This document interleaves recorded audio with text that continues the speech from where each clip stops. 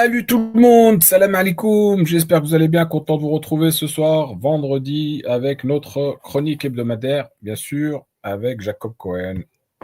Bonsoir, bonsoir à tous. J'espère que vous allez bien malgré les nouvelles, voilà, dont on va parler.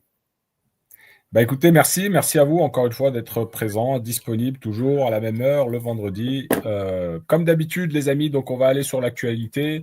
Pour celles et ceux qui veulent participer, je vais vous mettre le lien sur YouTube, Facebook et les autres plateformes. Et sur TikTok, bien sûr, vous pouvez demander la parole. X, pareil.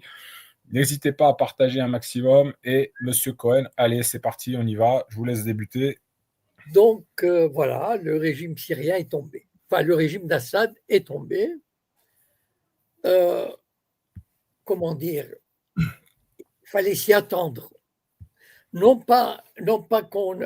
Enfin, aucun, aucun officiel, aucun expert ne peut dire, d'ailleurs ils le disent, hein, tout le monde a été surpris par la rapidité, par l'effondrement, etc. Après, ils ont trouvé des explications. Bon. Mais c'est vrai qu'on avait cette illusion d'un régime fort, d'une armée, etc. Bon, je ne vais pas m'étendre sur les côtés, les aspects militaires, parce que d'abord, un, je ne suis pas un expert, et deux, je pense que vous pouvez aller regarder un peu les experts. Mais je peux vous dire à peu près quelques éléments que j'ai retenus. D'abord, les sanctions ont miné le pays. C'est-à-dire que sur tous les plans, et en même temps, on crée un sentiment des habitudes de corruption, de contrebande, de marché noir, etc., parce que les sanctions ont été terribles. Voilà.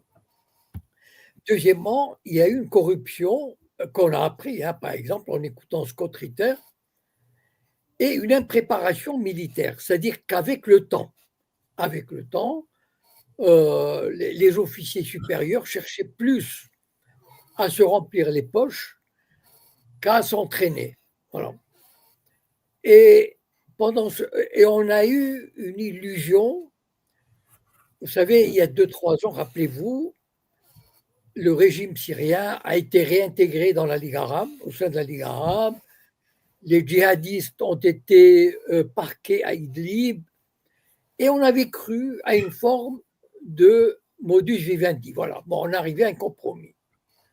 Sauf que il y a une chose, enfin, je veux dire, vous savez, j'ai publié un article, j'espère que vous l'avez vu, sur mes réseaux, qui s'appelle Bachar el-Assad aurait pu devenir le Salah digne de notre ère, c'est-à-dire celui qui a libéré Al-Quds, Jérusalem, au XIe siècle. Je l'ai écrit en 2013. Donc, ça commence comment?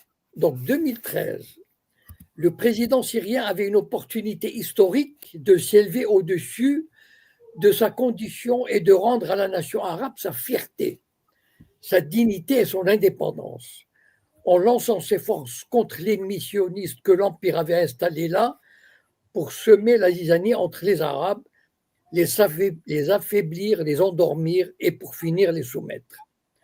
Mais pour ce faire, il lui fallut avoir l'étoffe d'un héros, c'est-à-dire être habité par un idéal, donner tout pour le réaliser et ne s'embarrasser d'aucune contingence d'ordre matériel ou moral.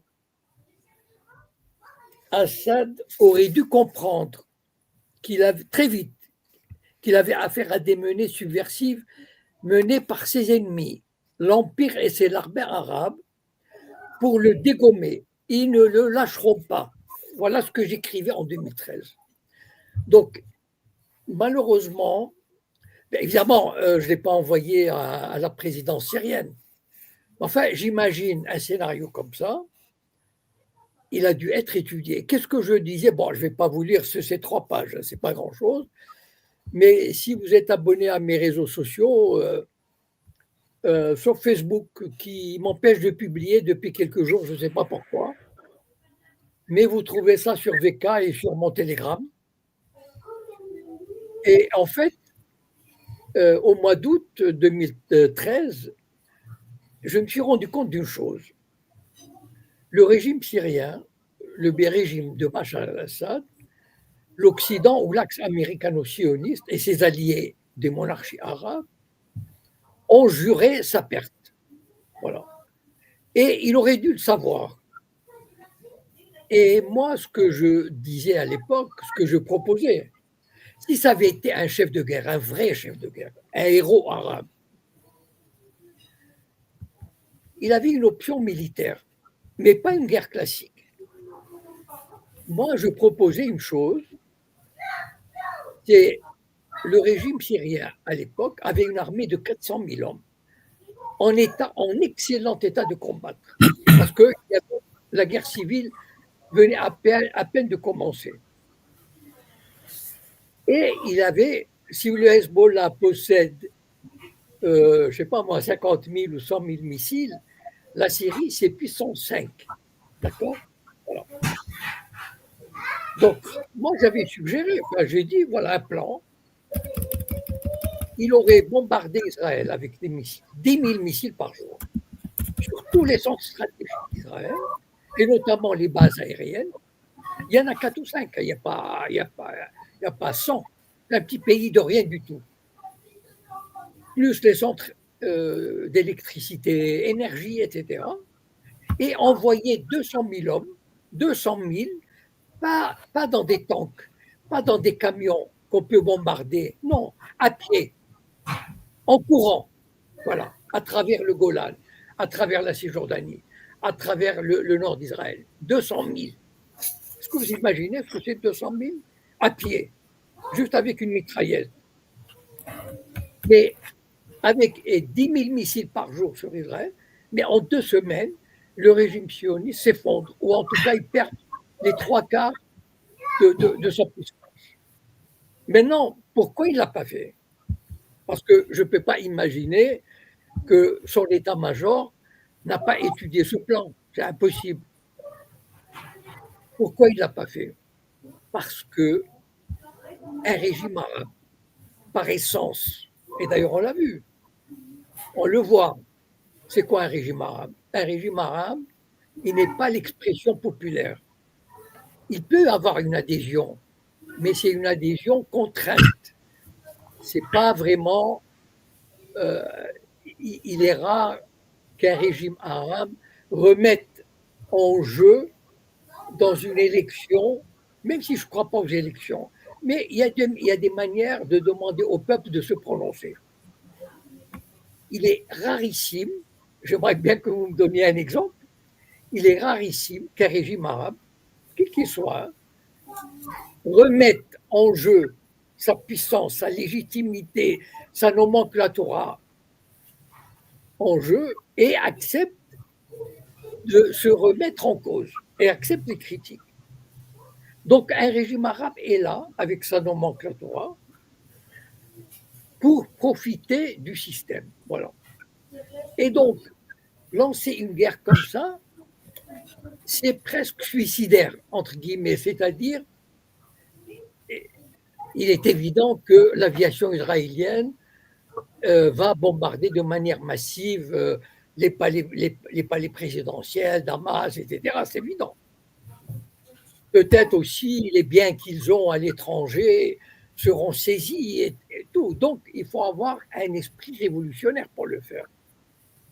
Ce que n'ont pas malheureusement les régimes arabes. Et donc, Bachar el-Assad a gardé l'illusion qu'il allait se perpétuer sous le régime. Il ne s'est pas rendu compte, ou il n'a pas voulu se rendre compte, parce que ces gens-là sont, comment dire, ils ont de moins en moins contact avec la réalité. Et donc, il n'a pas réalisé qu'il y a des tensions qui continuent, des préparations. Et donc, Israël et la Turquie et les États-Unis et l'Arabie saoudite ont juré sa perte. Pourquoi? Parce que les Israéliens et les Américains n'acceptent des États arabes que deux formes d'États arabes. Soit les caniches, comme l'Égypte, la Jordanie, l'Arabie saoudite, le Maroc, qui vont, l'Arabie saoudite qui va un jour ou l'autre normaliser avec Israël. Il ne faut pas rêver, les monarchies du Golfe. Là, à ce moment-là, ces pays-là peuvent rester unis. Voilà, on va pas il n'y aura pas de contestation démocratique. Par contre, les régimes qui sont nationalistes, qui croient pouvoir. Le drame des Arabes, c'est quoi? C'est qu'ils ont cru, malheureusement, et Assad n'a pas tiré les leçons de ce qui est arrivé à Kadhafi et à Saddam Hussein. C'est qu'aucun chef d'État qui a une politique nationaliste ne peut se sentir en sécurité dans ce monde-là. Impossible. Et donc, il faut prendre les devants. Voilà.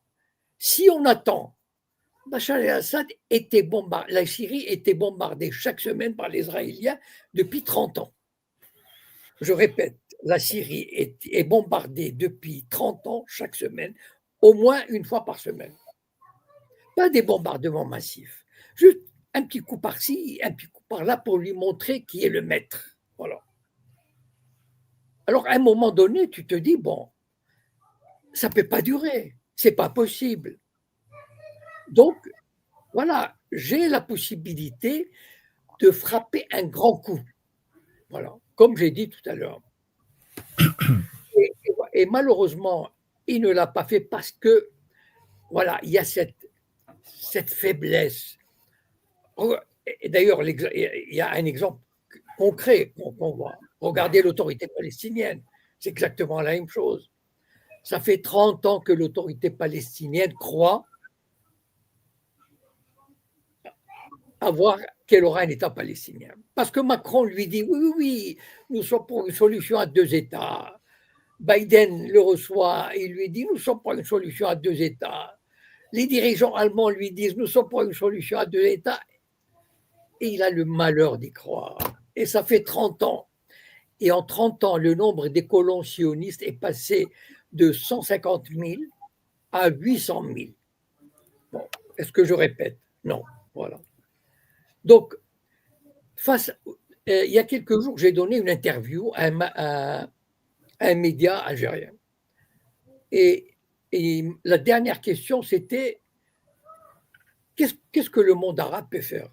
Ou quelque chose comme ça. J'ai dit, le monde arabe a le choix entre deux choses. Il n'y a pas d'autre, puisque Israël n'acceptera jamais la paix. Voilà. Il faut se mettre ça en tête. Si on ne se met pas ça en tête, ça veut dire qu'on n'a rien compris au sens de l'histoire et à la nature du sionisme. La nature du sionisme, c'est d'être constamment en guerre et d'écraser les voisins arabes. Voilà. Si on n'a pas compris ça, bon, je ne vais pas utiliser des adjectifs. D'accord, voilà. Donc, quand on a ça, quand on est face à ça, et donc j'ai dit, voilà, le monde arabe a le choix. Ou se soumettre, comme les monarchies du Golfe, l'Égypte. L'Égypte est un toutou merveilleux, mais un caniche, 100 millions d'habitants, incapable d'envoyer un camion de vivres ou de médicaments sans l'approbation du patron sioniste. L'Égypte, un pays de 100 millions d'habitants et une armée de 1 million de soldats, est incapable d'envoyer un camion à Gaza de nourriture ou de médicaments parce qu'Israël lui dit attention, tu restes où tu es. D'accord? Et les autres disent oui, monsieur. Voilà. Donc, le monde arabe, il est face à un dilemme, enfin à une alternative. La paix est impossible. Les Arabes ont offert la paix en 2002. Ils ont dit aux Israéliens, nous vous offrons tout ce que vous voulez. Juste dites-nous ce que vous voulez et nous faisons la paix. Mais c'est ça qu'ils n'ont pas compris. Les Israéliens, ils veulent dominer, ils veulent un empire. Il faut que ça rentre dans le crâne quand même un jour. Ils veulent être un empire. Voilà. qui dicte sa loi. Et donc, le monde arabe a le choix de deux choses l'une, où il dit, où il rentre dans, où il se soumet, très bien, d'accord, nous acceptons la domination sioniste, voilà. Ou bien il rentre en résistance. Ça ne veut pas dire, se lancer dans une guerre, ça veut dire se préparer mentalement et dire, mener une propagande pour dire toute paix est impossible avec ce régime. Et l'expliquer, vous savez, bon, j'ai dit dans cette interview, il faudrait créer un fonds de 100 millions de dollars. Bon, vous savez, bon, c'était une petite exagération. Enfin, bon, je ne sais pas ce qui m'a pris de dire 100 millions de dollars. Mais pourquoi pas? Pourquoi ne pas créer un fonds de 100 millions de dollars, mais pour faire des films, des documentaires, pour, comment dire, mener. Est-ce qu'il y a des documentaires sur la Nakba? Regardez combien il y a de documentaires sur la Shoah. Chaque semaine, il y a un ou deux documentaires. Pourquoi il n'y a pas de documentaire sur Sabra et Shatila, sur la Nakba, sur les exactions, sur la détention administrative, sur l'apartheid? Pourquoi? On a des cinéastes. Rien qu'au Maroc, Algérie, Tunisie, on doit avoir une vingtaine de cinéastes. Vraiment très talentueux. Pourquoi ne pas créer un fonds de 100 millions de dollars et dire on va faire des films, on va faire des documentaires. Et s'il veut pas, si la télé française ne veut pas le passer, eh ben on achètera une télé, etc. Enfin, on paye pour le faire diffuser. Donc, et c'est-à-dire se mettre en position d'expliquer aux populations arabes et à l'Occident que toute paix est impossible au lieu de croire qu'une solution à deux États est possible. Donc voilà, ce que je veux dire, c'est que ce que les leçons que j'ai, si vous voulez, les réflexions qui m'ont amené après la chute, que malheureusement, elle était inéluctable. Je l'avais écrit en 2013, voilà, inéluctable parce que il ne se soumettait pas. C'est vrai, Assad ne se soumettait pas, mais il avait la prétention d'exister en homme libre et en État indépendant. Et ça, c'est insupportable. Voilà. Donc, j'espère que pour ce qui reste du monde arabe, enfin, bon, et qui tire les leçons, je ne suis pas très optimiste entre nous, mais on ne sait jamais. Voilà. Donc, voilà ce que j'avais à dire, les réflexions. Bon, s'il y a des questions, on va dire. Ouais, très bien, merci. Je vais donner la parole bientôt à Was qui est avec nous sur Twitter. Avant tout, monsieur Cohen, Oui. euh, on a vu bien sûr qu'il y avait dans les médias des gens qui s'étaient donc réjouis donc de la chute on a vu des Syriens festoyer hein, parce que par rapport à la chute de Bachar el-Assad. Et il y en a surtout, c'est pas pour les mêmes raisons. Selon vous, aujourd'hui, ça arrange qui cette chute? Ça va arranger le peuple syrien qui avait quitté la Syrie depuis 2011, ou ça va arranger dans cette zone du Moyen-Orient où on connaît la situation? Ça va arranger l'entité sioniste. Non, ça arrange. Il y a deux pays qui vont tirer profit de la situation, la Turquie et Israël. Voilà. Bon. La Turquie, c'est là où on voit le cynisme, le machiavélisme d'Erdogan. Là, c'est bon. Mais encore une fois, moi je l'ai dit, peut-être pas pour Erdogan, mais je vous avais parlé de la raison d'État. Voilà. Quand on est un chef d'État, c'est l'intérêt du pays qui compte. Et on fait tout. Et lorsque l'intérêt du pays l'exige, on oublie le peuple palestinien, on oublie les droits de l'homme, etc. Pourquoi? Parce que la Turquie, d'abord, en occupant ou en étendant son influence sur le nord de la Syrie, d'abord, elle supprime la menace kurde, elle élargit son territoire et elle s'ouvre vers le nord de l'Irak. Donc, il y a quand même un avantage certain pour Erdogan. Pour Israël aussi. Israël, malgré tout, le régime syrien représentait une menace potentielle. Imaginons, c'est ça, voilà le drame. Imaginons si le régime syrien s'était mis avec le Hezbollah pour bombarder Israël. Imaginez juste un instant, bon Dieu. Le Hezbollah, imaginez ce qu'il a fait à Israël. Donc, la Syrie, c'est le Hezbollah puissance 10. Donc, imaginez si les deux ensemble s'étaient coordonnés pour mener les attaques sur Israël. Voilà. Eh bien, malheureusement, Bachar el-Assad, il a toujours rêvé d'être un chef d'État, mais frileux, peureux, coincé, voilà, lâche, voilà, soumis. Voilà. Et donc, pour revenir à. Donc, il y a deux vainqueurs. Israël qui a détruit, je ne sais pas si vous avez vu cette nouvelle qui est absolument incroyable, les Israéliens ont détruit le potentiel militaire syrien à 90%. C'est simple, il n'y a plus. Il n'y a plus rien, il n'y a plus d'avions, il n'y a plus les navires de guerre, les dépôts de munitions, même les scientifiques ont été éliminés. Donc, ils ont étendu leur influence, ils ont pris l'autre versant du mont Hermon. Malheureusement pour le peuple syrien qui vivait, on ne peut pas dire qu'il vivait dans un pays libre, mais quand même qui vivait dans un pays organisé. La Syrie est un pays organisé. Ceux qui sont rendus entre 1910 et 1920, et 2020, pardon, 2010 et 2020, on a des témoignages.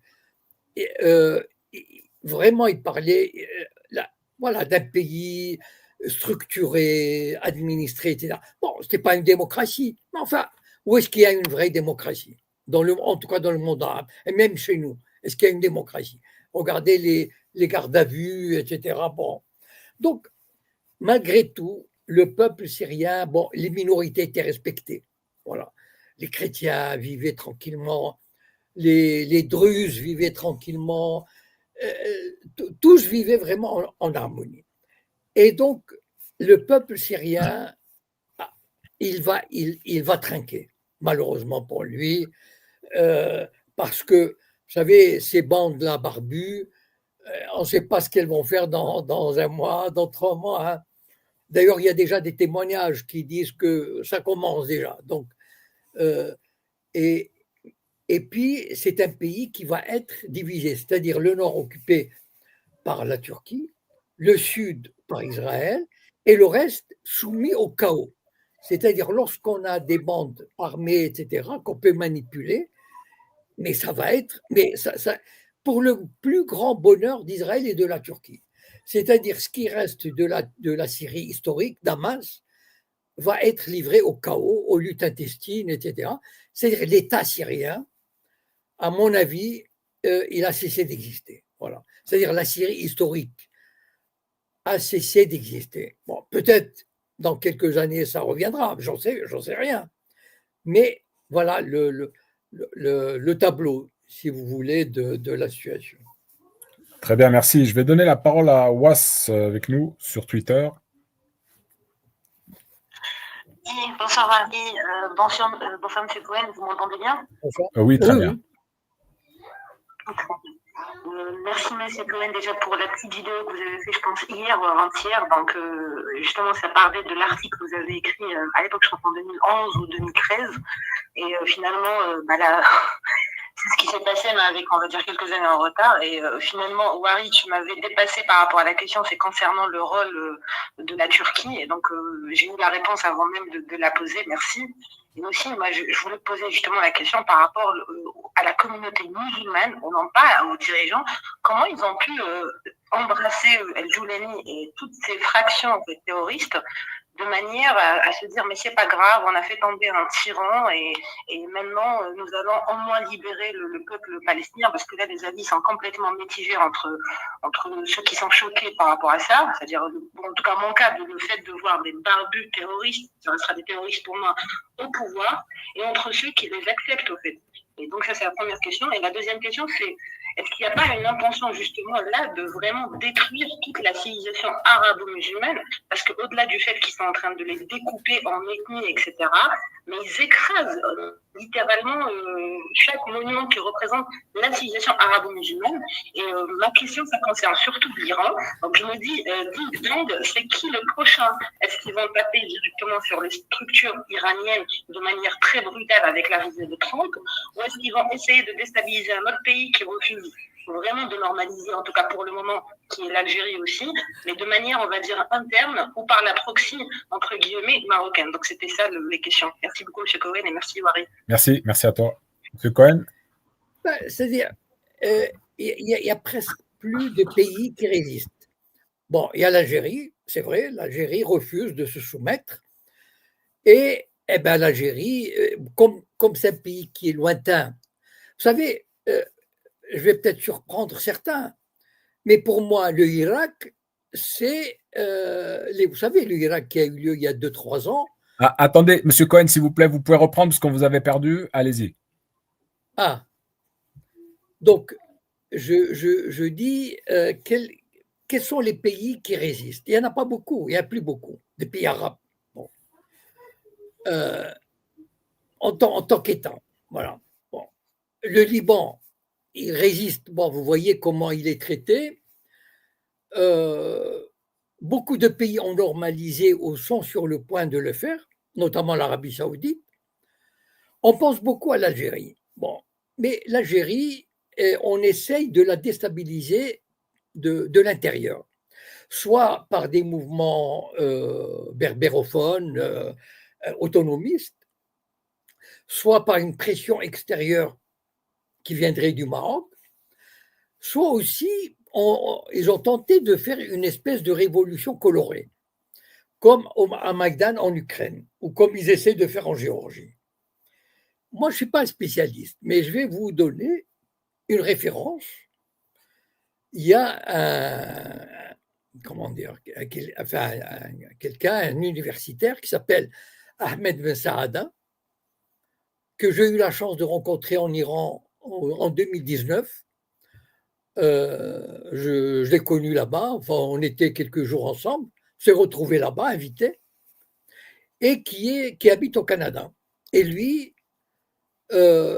il se spécialise. Il a écrit des livres sur les printemps arabes et comment ils ont été financés. Et en fait, il y a une fondation de la CIA qui s'appelle Foundation for Endowment of Democracy, ça veut dire la Fondation pour la promotion de la démocratie, qui est une filiale de la CIA et qui forme les gens, qui les subventionne, qui les forme à créer des mouvements de contestation. Évidemment, je ne dis pas le Irak, on aurait fait partie, d'après lui. Et je le crois parce qu'il a vraiment des arguments très scientifiques, rationnels, très documentés. Voilà. Et donc, ça ne veut pas dire que le million qui a manifesté, il l'a fait, comment dire, il a été manipulé. Non, il l'a fait pour rien. Il ne se rendait pas compte. Non, il y a des problèmes. Il y a des problèmes probablement, enfin je ne sais pas, de corruption, de désorganisation, etc., de chômage, d'affectation du fric du pétrole et tout. Et donc les gens, il y a 1 million de gens qui manifestent. Mais ce qu'on ne sait pas, c'est qu'il y a quelques milliers de personnes qui ont été formées pendant des années, ils ont reçu la formation, le fric, etc., comment les mener, comment les amener à protester. Qu'est-ce qu'il faut utiliser comme slogan, etc. Donc, il ne faut pas mésinterpréter mes paroles, hein, d'accord? Il ne faut pas mal les interpréter. Ce que je dis, c'est qu'en général, quand il y a une révolution colorée, c'est qu'il y a des raisons de manifester, d'accord? Il n'y a pas de doute, il y a des raisons de manifester. Et les centaines de milliers ou le million qui manifestaient, ils avaient des raisons, des convictions de le faire. Sauf ce qu'ils ne savaient pas, c'est qu'ils étaient manipulés. Voilà. Et il y a des gens très malins, très bien formés, très bien structurés, et on leur donne tout. Ils vont aux États-Unis, ils reçoivent des formations de plusieurs mois. Allez sur le site de Ahmed Ben Saada aussi, vous avez la chance de lire ses livres, etc. Il explique ça vraiment très, très bien. Voilà. Et donc, là, ça aussi, on l'a essayé. Bon. La différence, je vais vous dire, l'Égypte, vous savez que le régime égyptien, du point de vue des droits de l'homme, il n'a rien à envier au régime syrien de Bachar al-Assad. Sincèrement. Si vous savez ce qui se passe en Égypte, c'est juste hallucinant. D'accord? Voilà. Sauf que l'Égypte est un toutou, est un ami d'Israël et de l'Amérique. Donc, on occulte le combat des droits de l'homme. Il ne se passe rien là-bas, c'est magnifique. L'élection, le président se fait élire à 86%, il n'y a aucun problème. Enfin, il y a des arrestations en masse, il y a de la torture. Mais est-ce que vous avez entendu parler? Pas du tout. Donc en fait, c'est un pays comme l'Égypte, la Jordanie, les Émirats arabes unis, l'Arabie saoudite, tous ces pays-là, le Maroc, vous avez entendu parler des journalistes qui ont eu des 5 et 6 ans de prison ferme, ou des écrivains. Donc, en fait, lorsqu'un pays arabe se plie à l'Occident, à Israël, il peut faire ce qu'il veut à l'interne. Il n'y a pas de problème. Et donc, en fait, Israël ne vise pas il ne va pas éliminer la civilisation arabo-musulmane, il ne va pas la détruire. Enfin, d'abord, il n'en a pas les moyens, ni l'envie, mais il a envie que ça devienne des gens soumis. Voilà. Ils s'en fichent qu'ils soient ultra religieux, ce qu'ils veulent. D'ailleurs, Israël s'entend très bien, aussi bien, il s'entend bien avec les monarchies du Golfe, dont on connaît avec l'Arabie saoudite, etc. Donc, en fait, pour Israël, la question est d'abord d'éviter qu'il y ait un nationalisme arabe qui prend conscience. Vous savez, dès les années 50, avec Gamal Abdel Nasser, qui a voulu unifier le monde arabe et lui donner la conscience de son arabité, de sa dignité, de son indépendance, dès les années 50, Nasser représentait un danger mortel. Et en 1956, l'Égypte a été attaquée par la coalition tripartite Angleterre, France et Israël pour le briser. Donc en fait, ce que ne supporte pas Israël, ce sont des régimes arabes qui veulent se développer de manière nationaliste, développer l'industrie. La Libye était un pays magnifique, paraît-il. Les gens avaient un appartement gratuitement quand ils se mariaient. La médecine était gratuite, on recevait de l'argent pour aller à l'université. C'était fabuleux. Mais ça, c'est insupportable pour l'Occident. C'est une image qu'ils détestent.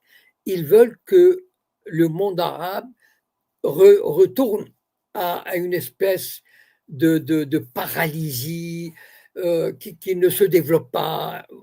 Donc, c'est ça l'objectif, c'est de morceler le monde arabe et de le faire, et qui ne s'unissent pas, qui ne développent pas une conscience nationale. Voilà.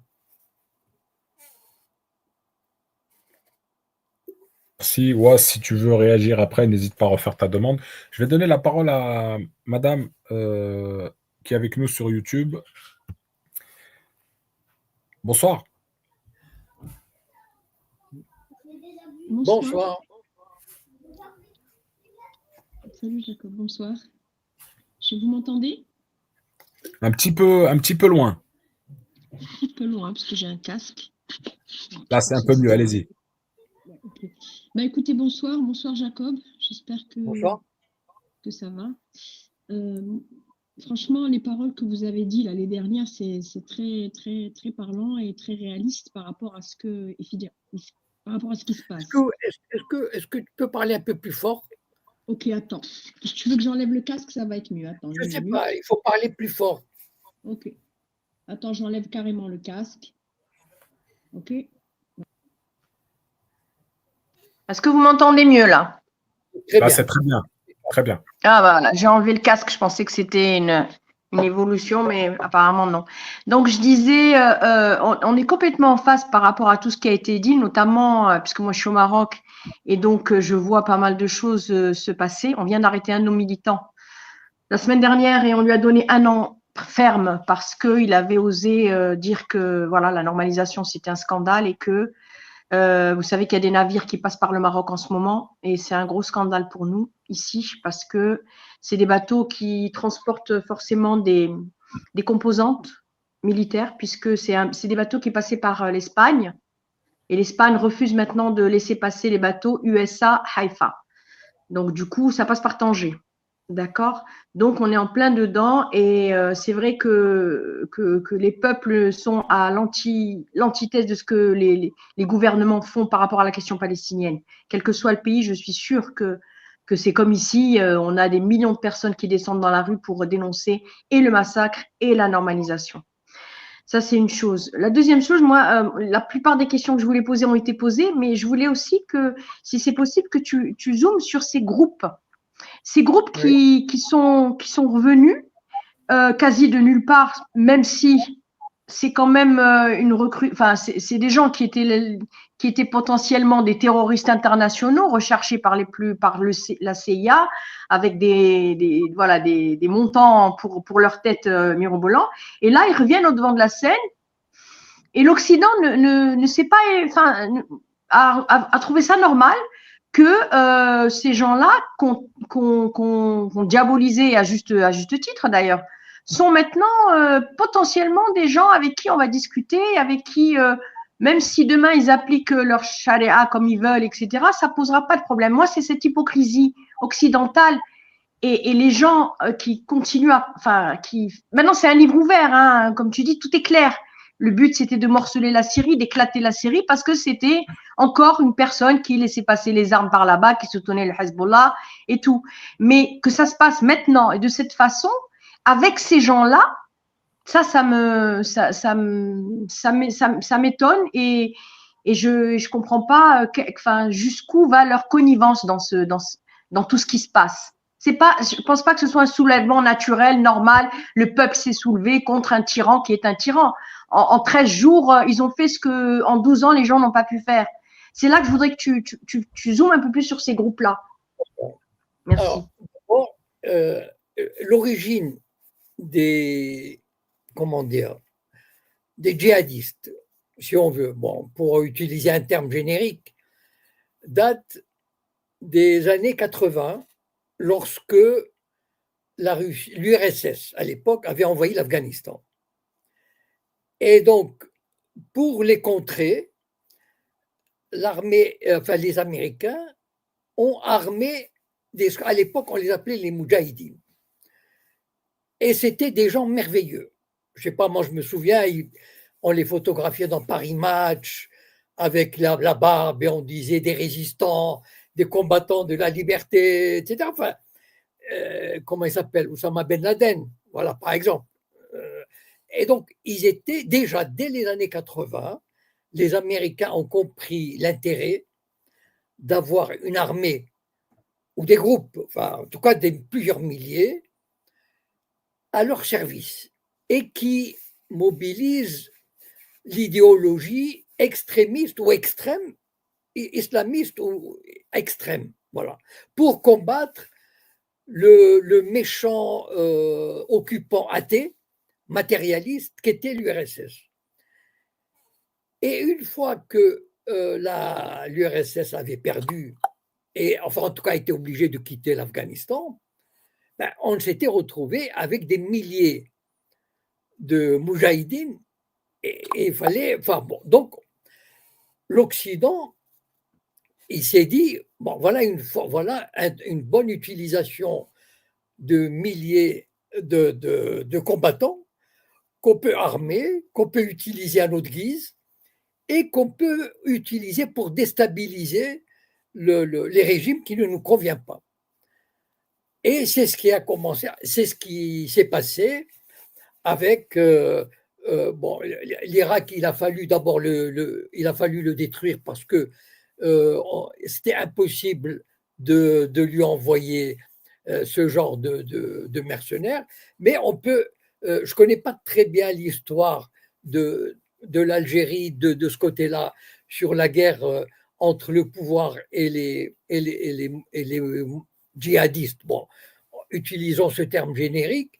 Je ne peux pas en parler, mais disons que au Moyen-Orient, ou même par exemple, on peut dire que ces moudjahidines, ils ont été utilisés contre Poutine dans le Caucase, par exemple. Ils ont essayé en tout cas. En Tchétchénie, il y a un État à côté de la Tchétchénie, j'ai oublié le terme, je ne voudrais pas dire une connerie. Donc, on a tenté d'utiliser les religions d'Imé, les moudjahidines, contre Poutine dans le Caucase, parce que le Caucase a une tradition musulmane stricte. Voilà. Et donc, bon, on peut multiplier les exemples, surtout la Syrie. Et donc, finalement, moi, je me souviens d'une interview que j'avais donnée à Al-Mayadine, et je leur ai dit il y a 6-7 ans, quand on m'a posé les questions sur Daesh ou d'autres, enfin, quelle que soit l'appellation qu'on leur donne, j'avais dit à l'époque que c'était des créations occidentales. Voilà. Donc quand ces créations occidentales, quand elles ne nuisent pas directement à l'Europe, par exemple à la France, quand il n'y a pas un attentat sur place, mais on les aime beaucoup, ces gens-là. On les adore. Il ne faut pas oublier que, par exemple, Fabius, un ministre des Affaires étrangères, avait déclaré en 2013-2014 que ces gens-là, c'est-à-dire les moudjahidines ou les djihadistes, faisaient du bon boulot. C'était son expression. Donc aujourd'hui, puisque l'Occident voulait absolument se débarrasser d'Assad, c'est-à-dire, vous savez, dès 1982, il y avait un document israélien, j'ai oublié le nom, je crois que ça s'appelle Binoun, quelque chose comme ça, ou voilà, déclarant que, et il est connu ce document, c'est pas, enfin, je n'ai pas les références, mais je sais qu'il est quasiment officiel, voilà. Et déclaré dès 1982 qu'il fallait diviser la Syrie en 5 ou 6 régions, voilà, qu'il fallait faire éclater l'État syrien. Donc en fait, parce que la Syrie a un potentiel révolutionnaire, d'organisation révolutionnaire. Et donc, il fallait la briser. Et donc ce que vous appelez l'hypocrisie occidentale, en fait, ce n'est pas de l'hypocrisie. C'est juste que lorsque ça arrange l'Occident, ça devient des combattants de la liberté, comme quand ils se battaient contre Poutine dans le Caucase, contre les soviétiques en Afghanistan, contre Assad, etc. Là, ça devient des combattants de la liberté. Mais quand ça ne les arrange pas, par exemple quand ils font des attentats, ou bien le faux 11 septembre, etc., là, ça devient des djihadistes, des islamistes qu'il faut combattre. Mais en fait, c'est en fonction de l'intérêt qu'ils ont.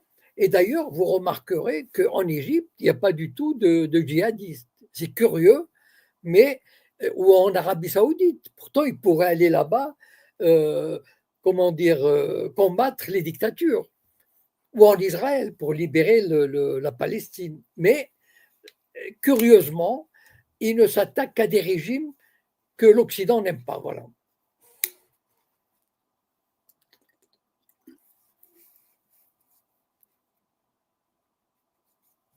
Alors. Ouais, je veux bien. Allez, c'est à toi. Et après, je donnerai la parole sur YouTube de nouveau. Vas-y. Par contre, c'est pas pour poser une question, c'est pas vraiment pour poser une question, c'est juste pour non. On n'entend pas bien, on n'entend pas bien. Hein. On t'entend pas très bien, Tahia. Vas-y, vas-y. Ah, il y a du bruit derrière toi. Essaye de te mettre à l'abri. Ok. Je te redonne la parole après. Je vais donner la parole en attendant sur YouTube. Il y avait Jeff qui était avec nous. Bonsoir. Bonsoir. Bonsoir. On m'entend bien? Oui. Très bien, oui. Oui, alors moi moi j'ai une position un peu différente que celle que vous défendez sur la Syrie. Moi, j'ai une chose que je comprends pas dans le discours de ceux qui défendent le régime d'Assad, c'est quand on justifie le soutien à Assad sous prétexte que ce serait un régime antisioniste et anti-impérialiste. Et moi, à partir de là, je trouve qu'il y a des faits concrets qui démentent cette image. Je voudrais citer simplement deux choses. C'est qu'on présente le régime d'Assad comme étant opposé aux Américains, alors qu'en 1991, quand les Américains ont formé une coalition pour agresser l'Irak, la Syrie de Hafez el-Assad a rejoint cette coalition et attaqué l'Irak aux côtés des Américains. Et à partir de là, moi, une chose que je ne comprends pas, on dit que l'Arabie saoudite est un pays vendu aux Américains à cause de leur participation à l'agression de 91. Mais dans ce cas-là, pourquoi est-ce qu'on ne dit pas la même chose du régime d'Hafez el-Assad? Et un deuxième point que je voulais citer, c'est que quand on parle de l'opposition du régime d'Assad à Israël, excusez-moi, mais depuis le cessez-le-feu entre Israël et la Syrie en 1974, il s'est strictement rien passé. Qu'est-ce que le régime d'Assad a fait depuis 20 ans pour empêcher par rapport à concrètement, qu'est-ce que le régime d'Assad fait depuis 30 ou 40 ans contre Israël? Strictement rien. Et une dernière chose, et je vous laisserai répondre, c'est que Assad a fait intervenir la Russie dans son pays, mais est-ce qu'une seule fois la Russie, l'armée russe qui est présente en Syrie, a empêché Israël de bombarder la Syrie? Ils n'ont strictement rien fait. Les seules actions militaires que la Russie a déployées en Syrie, c'est pour bombarder des Syriens. Alors que vous considérez que ce sont des terroristes ou je ne sais quoi, moi ce que je constate, c'est qu'à aucun moment le régime d'Assad a demandé à la Syrie d'empêcher les bombardements israéliens. Donc moi ce que je voudrais comprendre, c'est en quoi est-ce que ce régime est anti-impérialiste concrètement, au-delà du discours.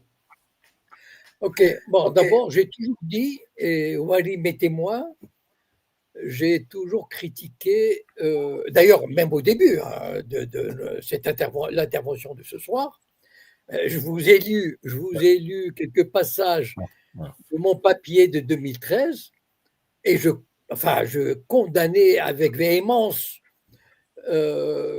l'impuissance de la Syrie.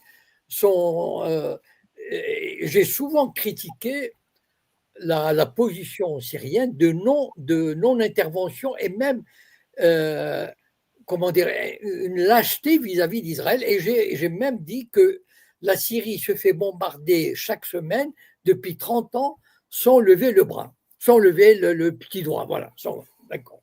Donc, je vous rejoins. Mais il y a une différence. D'ailleurs, la preuve, pourquoi il y a une différence?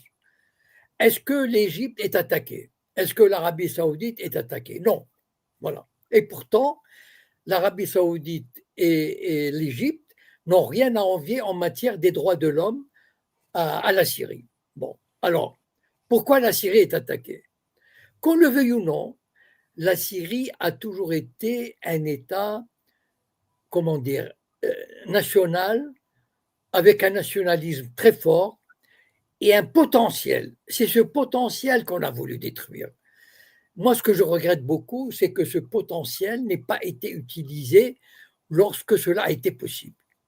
En 2013, lorsque j'ai écrit mon papier, j'avais dit qu'à ce moment-là, si la Syrie avait lancé ses 200 000 hommes sur Israël et des dizaines de milliers de missiles, c'en était fait du régime sioniste. Voilà. Mais donc, il y avait ce potentiel. Si vous voulez, l'Égypte a un potentiel militaire, mais l'Égypte, depuis la paix signée avec Israël en 1981, et n'a jamais exprimé la moindre velléité de rompre cette paix ou de faire quelque chose qui déplaise aux Israéliens. Voilà. Alors que les Syriens, certes, ils se sont montrés lâches, faibles, pusillanimes, complaisants. Ils se laissaient bombarder chaque semaine, mais il n'empêche, ils ont invité la Russie à s'établir.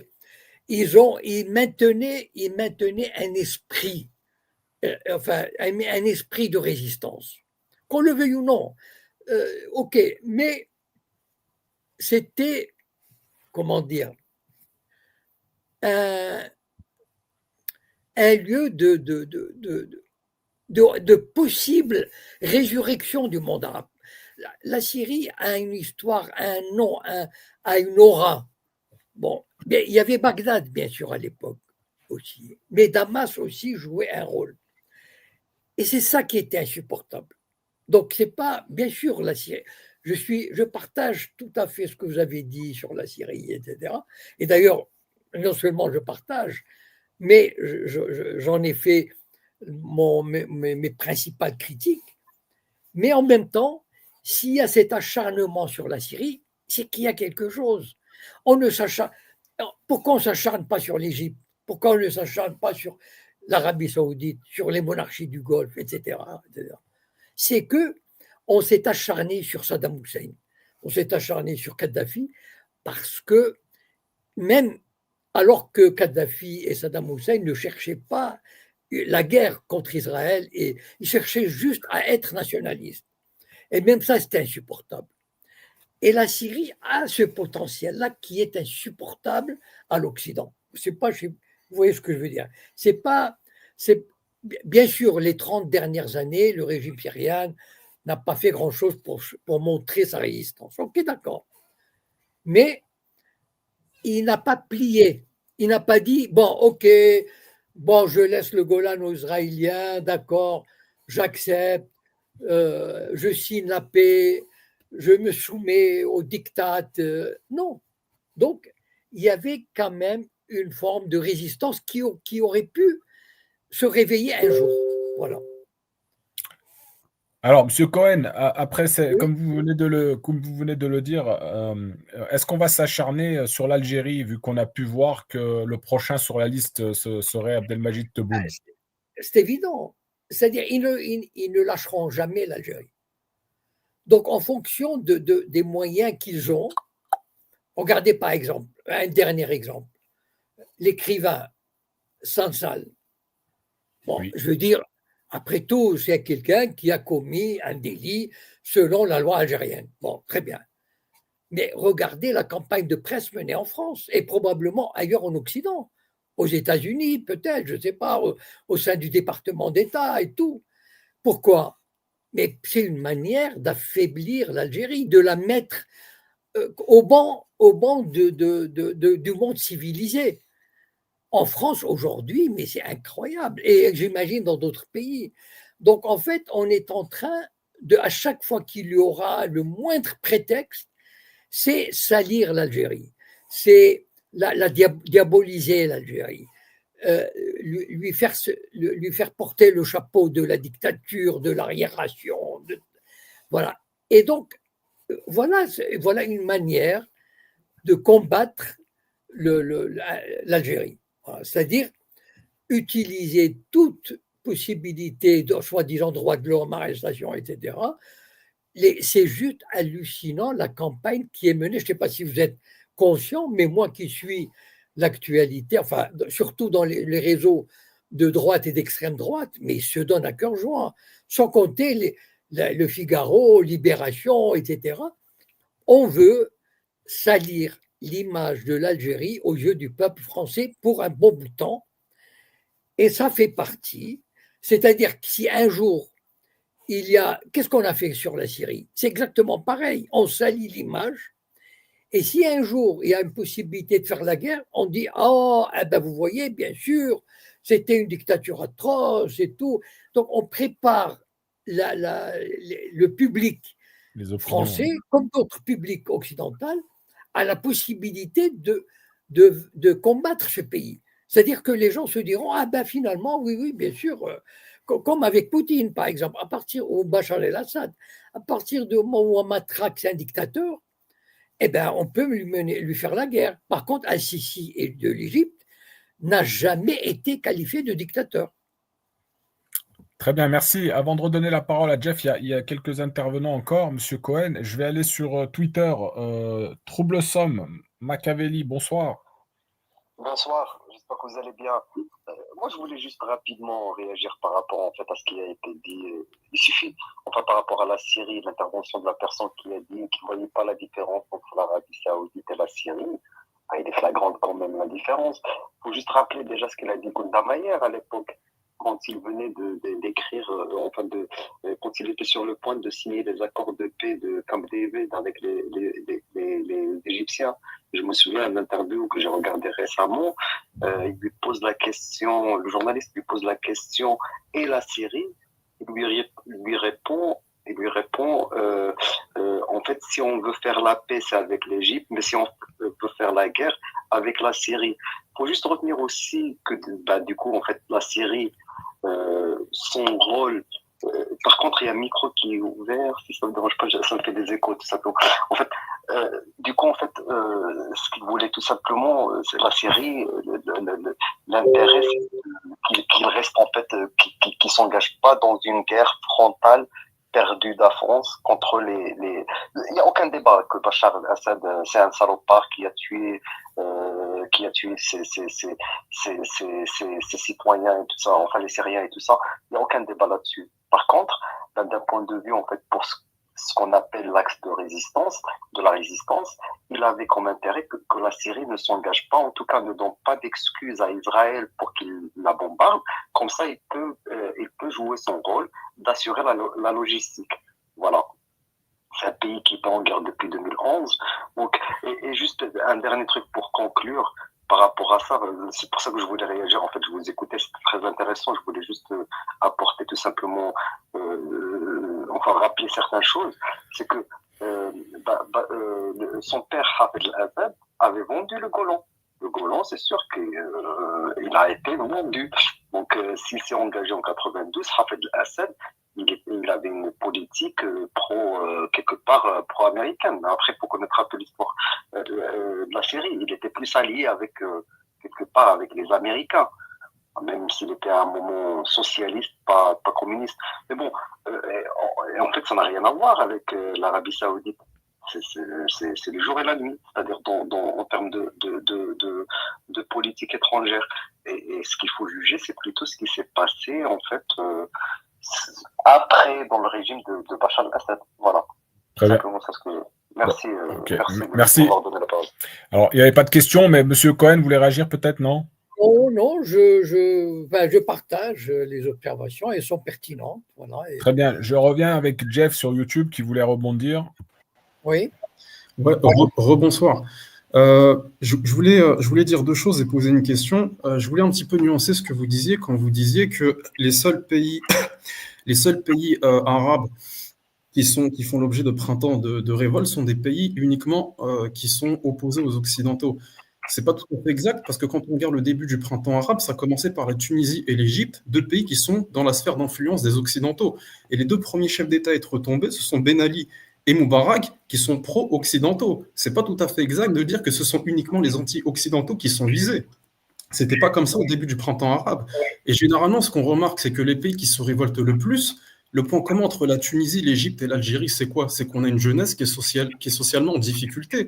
Ce sont surtout des pays pauvres qui sont sujets à des révoltes. Est-ce que vous ne croyez pas que c'est plus une affaire de pays pauvres et de pays riches qu'une histoire d'être dans le camp occidental ou pas? Parce que s'il n'y a pas de révolte au Qatar, au Koweït et en Arabie Saoudite, c'est parce que ce sont des pays riches avant tout. Est-ce que ce n'est pas plus une histoire de riches pauvres qu'une histoire d'être dans le camp des Occidentaux ou pas?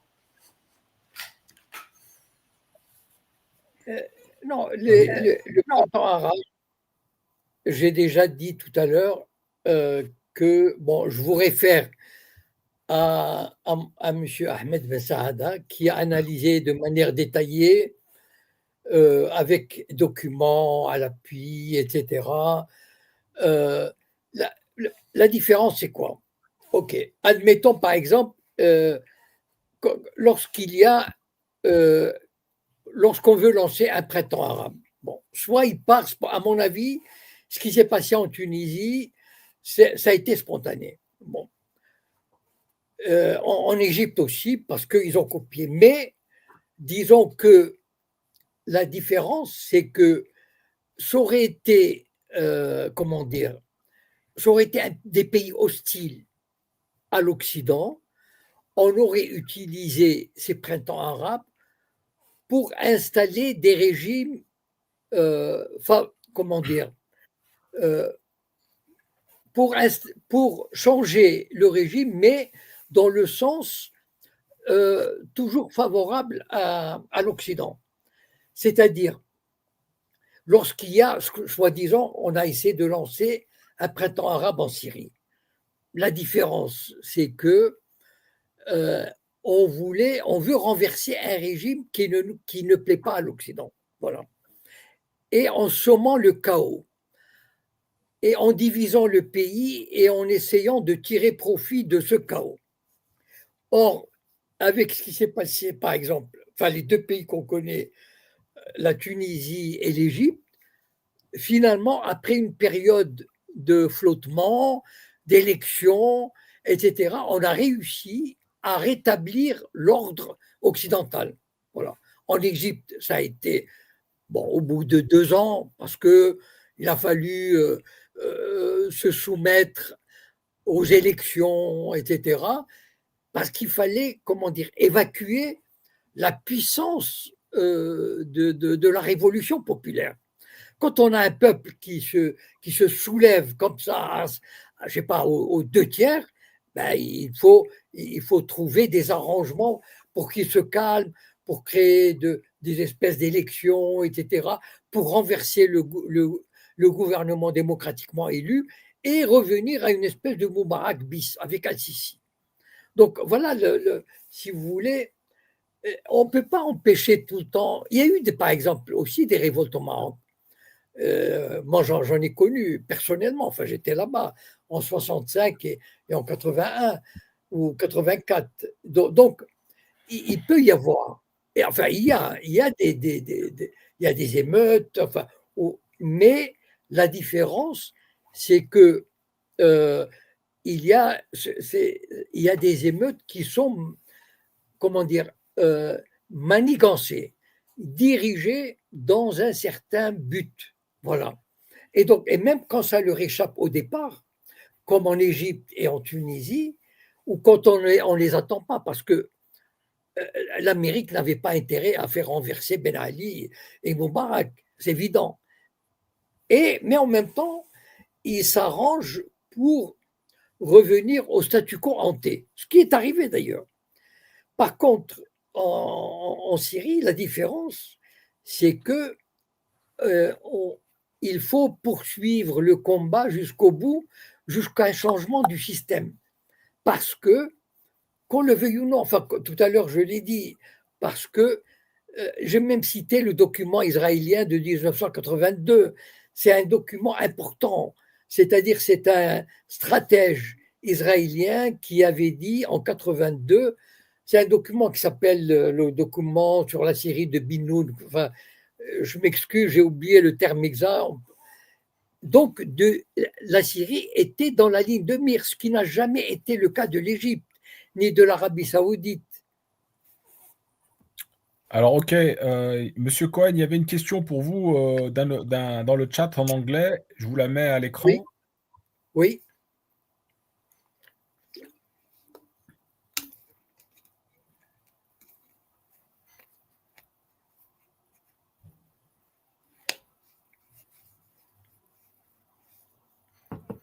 Voilà.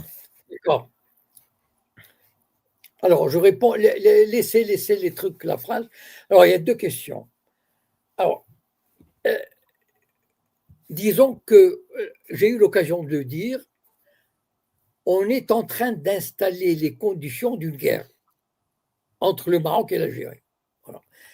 Je ne dis pas qu'il y aura la guerre, mais on est en train d'installer les conditions d'une guerre. Voilà.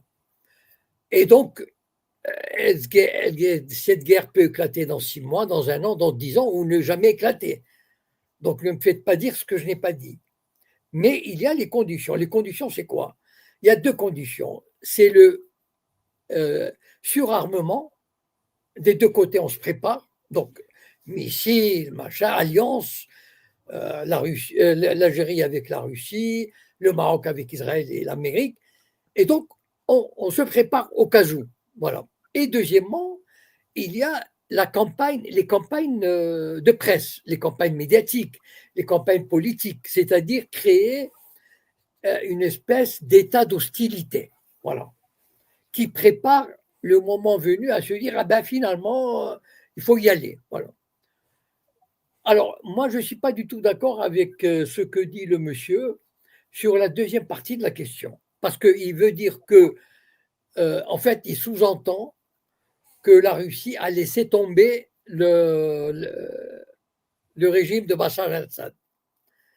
Russia doesn't go to the end with its partners. C'est-à-dire, la Russie ne reste pas jusqu'au bout, n'assume pas jusqu'au bout avec ses alliés. Voilà. Ce qui est totalement faux. La Russie n'a pas abandonné le régime d'Assad. Bon, tout à l'heure, on n'a pas l'occasion d'en parler, mais puisque la question est arrivée, je vais dire quelques mots là-dessus. D'ailleurs, on m'a posé la question, est-ce que la Russie a laissé tomber le régime de Bachar el-Assad? Pas du tout. Sauf qu'il se trouvait une chose, c'est que le régime de Bachar el-Assad, et ça, je prends comme, comment dire, je m'appuie sur Scott Ritter. Bon, Scott Ritter qui passe sur une chaîne américaine qui s'appelle Judging Freedom. Et bon, Scott Ritter, on n'a pas, enfin, c'est pas la peine de, enfin, je ne sais pas pour ceux qui connaissent pas, c'est le grand spécialiste militaire du renseignement, etc. Enfin bon, il a une carrière fantastique. Et il a parlé de l'état de délabrement de l'armée syrienne pour des raisons économiques et pour la corruption. D'accord? Donc, et en même temps, d'une espèce de trahison, d'une capacité de certains cadres supérieurs à trahir le régime au moment venu. Bon. La Russie s'est trouvée devant ce cas-là. Qu'est-ce qu'elle allait faire lorsqu'on assiste à un effondrement du système syrien? On assiste, on le voit. La Russie, qu'est-ce qu'elle peut? Et là, elle a tenté de bombarder au début Alep. Mais on ne peut pas bombarder des dizaines de milliers de combattants qui foncent comme ça, c'est impossible. Il faut avoir des troupes terrestres. Et la Russie n'a pas des troupes terrestres. Et la Russie, certains disent que c'était un piège tendu à la Russie, cette affaire de Syrie. C'est-à-dire, c'est quoi le piège? C'est attirer la Russie dans une guerre sans fin, ou en tout cas très coûteuse, très longue, en Syrie. Par exemple, imaginons si la Russie s'était dit il faut que je sauve le régime d'Assad en envoyant, mettons, 10 000 hommes ou 20 000 hommes. Mais elle aurait énormément, il y aurait eu une guerre prolongée parce que les Occidentaux auraient fait venir d'autres groupes djihadistes, etc. Mais la Russie aurait laissé des plumes en Ukraine. Sauf que la Russie n'est pas tombée dans ce panneau. La Russie s'est dit, OK, bon, elle a tiré les conclusions, elle a vu, bon, le régime syrien s'effondre, il n'y a plus rien à faire, donc il vaut mieux se retirer en bon ordre. Peut-être, je ne sais pas ce qui va se passer avec les bases, apparemment la Russie négocie avec le nouveau régime, mais quitte à partir, c'est comme ça, mais en tout cas, la Russie aura sauvé les meubles. Voilà. Elle ne se serait pas engagée dans un faux combat qui comment dire, c'est pas qui ne la concerne pas, mais qui n'est pas sa priorité. La priorité de la Russie aujourd'hui, c'est l'Ukraine. Voilà. Et donc, il faut qu'elle mène ce combat-là jusqu'à son terme. Il est très dur ce combat, mais elle est en train de le gagner. Sauf que ça prend du temps et il faut le faire avec méthode, avec acharnement, etc. Et on dit, et ce qui n'est ce qui est très crédible, c'est que ce coup-là a été tenté pour amener la Russie dans une espèce de piège à l'Afghanistan, comme en Afghanistan par exemple. C'est-à-dire l'URSS avait été attirée en Afghanistan par le combat contre, à l'époque, contre le régime plutôt pro-communiste de Kaboul. Et la Russie ne laisse pas tomber un partenaire. Donc, la Russie ne laissera jamais tomber l'Algérie. Voilà. Alors justement, M. Cohen, oui. la Russie soutient la République démocratique et populaire de l'Algérie ou c'est juste un partenaire économique dans le domaine de l'armement? Non, mais ça va ensemble. C'est tout un ensemble, il n'y a pas que l'armement. Oui, non, bien sûr, mais ce que je veux dire par là, c'est qu'ils font du business ensemble, ou si demain l'Algérie entre en guerre ou des choses comme ça, la Russie va la soutenir. Apparemment, je crois qu'il y a des accords qui ne sont pas semblables à ceux qu'elle a signés avec la Corée du Nord ou l'Iran, mais ça dépend de ce qu'on appelle un soutien. Si le Maroc est soutenu ouvertement par Israël ou par l'Amérique, l'Algérie peut demander à ce moment-là un soutien à la Russie. Enfin, voilà, mais je ne crois pas que, contrairement à la question, en tout cas, moi je ne suis pas d'accord avec la question en tout cas l'affirmation interrogative de l'auditeur, que la Russie laisse tomber ses partenaires. Pas du tout. Mais la Russie doit faire. Là, il faut imaginer une chose, c'est que la Russie, depuis 1991, depuis la chute de l'URSS, c'est un peu comme la Syrie, c'est-à-dire la Russie, elle est dans la ligne de mire de l'Occident. Voilà. L'Occident rêve de l'avoir divisée, affaiblie, déstructurée, etc., etc. Et donc, la Russie le sait. C'est quoi le coup d'État du Maïdan en 2014? C'est quoi le réarmement de l'Ukraine? C'est quoi les missiles qu'on veut installer en Ukraine, etc. Donc, Poutine, il sait que la survie de la Russie, elle est en Ukraine. Donc, il y a des priorités pour ce pays-là. Si l'armée, quand l'armée syrienne, le régime syrien, il a failli y passer en 2014-2015. Qu'est-ce qu'il a sauvé? C'était l'intervention russe. Mais c'est connu, ça. C'est l'intervention russe qui a arrêté les djihadistes. Donc, si la Russie avait voulu abandonner Assad, elle l'aurait fait en 2014-2015. Donc, si elle ne l'a pas fait, c'est que, d'abord, elle a respecté sa parole. La Russie n'est pas l'Amérique. La Russie est un pays qui respecte la parole. Mais seulement, dans le cas qui nous occupe avec la Syrie, c'est qu'on a assisté à un effondrement de l'armée syrienne. Il n'y avait plus rien à sauver. Et la Russie n'allait pas jouer sa survie pour sauver un régime qui était de toutes les façons en déperdition, en état d'effondrement. Voilà. Wally, donc on prend une dernière question et puis on. D'accord. L'auditeur vous a répondu là, donc si vous voulez. Voilà.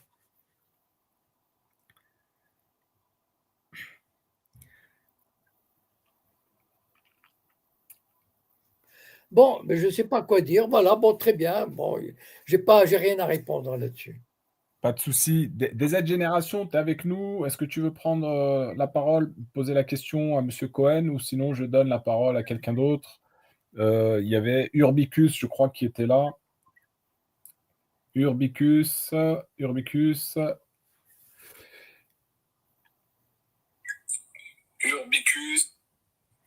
Oui, salam alaikum, bonsoir tout le monde, vous m'entendez? Oui, très bien. Vas-y, je t'en prie. Oui, donc ce que je voulais demander à M.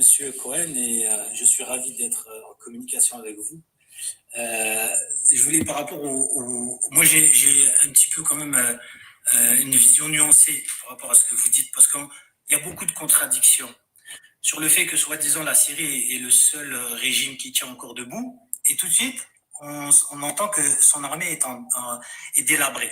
Sur ça, on est d'accord que son armée est délabrée, et beaucoup d'observateurs, arabes en particulier, démontrent qu'en fait, le régime, en général, l'armée syrienne, pour les bas gradés, pas les hauts gradés, sont devenus des coupeurs de chemin. Ils gagnent $30 par mois. Il y a aussi Shabiha, les voyous qui ont été utilisés aussi pour martyriser le peuple syrien, en particulier sunnite, ne l'oublions pas. Aussi, il y a beaucoup de contradictions, beaucoup de gens utilisent les déclarations de la CIA sur certains groupes en Syrie comme étant terroristes, alors qu'en même temps, ils disent que c'est la CIA qui les a créés. Donc, il faudrait qu'on nous explique, est-ce que la CIA dit la vérité ou ne dit pas la vérité?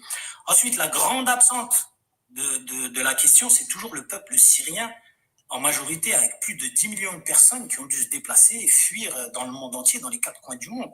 Et on ne les entend plus. Après, ensuite, c'est le fait de diaboliser toujours un barbu avec l'image du terroriste, comme s'il n'avait pas de terre, il n'avait pas le droit à la défense, il n'avait pas le droit de réclamer, par exemple, le respect de ses convictions dans son pays, sachant que le régime syrien, après son indépendance, l'élite a été placée par la France, et que le père de Bachar al-Assad est venu avec un coup d'État, et que son fils, il est venu c'est un héritage de son père en changeant la constitution, puis la disparition de son frère. Donc, des fois, je n'arrive pas à comprendre. Le régime syrien est un régime qui peut s'opposer à Israël. Je ne pense pas qu'Israël n'avait pas la possibilité de faire ce qu'elle vient de faire là, avec le nouveau régime qui se met en place. Si Assad aurait montré n'importe quelle résistance, il se serait passé exactement la même chose. 90% de sa capacité militaire aurait été détruite sur le champ. Il y a un petit bruit, malheureusement. Est-ce que tu peux conclure, s'il te plaît, Urbicus? Ouais, ok.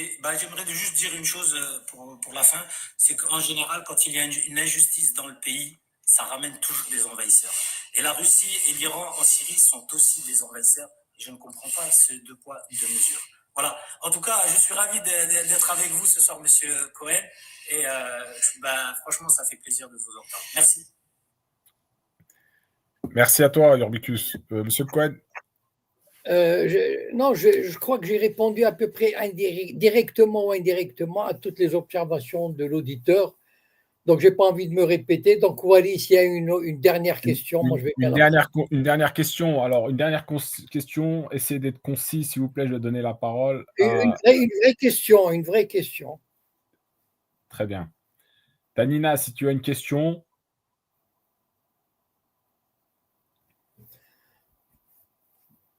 Bon, sinon, on arrive au terme. Alors, attendez, juste une seconde. Non, écoutez, c'est pas grave, on va s'arrêter là. Bon, on va arrêter là. Merci encore à vous, Monsieur Cohen. Et je vous en prie. Bon, j'espère que ça a été utile. Et puis à la semaine prochaine, je vous dis bonne soirée. Très bien, bon week-end à vous, au revoir. Merci, au revoir, bonsoir à tous. Voilà les amis, je vous inviterai donc, pour celles et ceux qui sont arrivés, qui ont pris l'émission en cours, de vous abonner à la chaîne Altitude sur YouTube. Vous aurez la possibilité de revoir l'entretien sur YouTube en rediff. Donc abonnez-vous, Altitude. Excellente soirée à vous, un bon week-end et je vous donne rendez-vous certainement dans la semaine. Ah oui, tenez, je voulais juste préciser, parce que j'ai vu passer quelques commentaires sur les plateformes là. Je ne suis pas marocophobe. J'exprime une position concernant la situation politique et je n'ai rien contre mes frères marocains. Je tenais à vous le signaler. J'ai vu passer pas mal de commentaires, des insultes. Je ne vous en veux pas. Bonne soirée à vous et je vous donne rendez-vous très vite. Salam alaikum.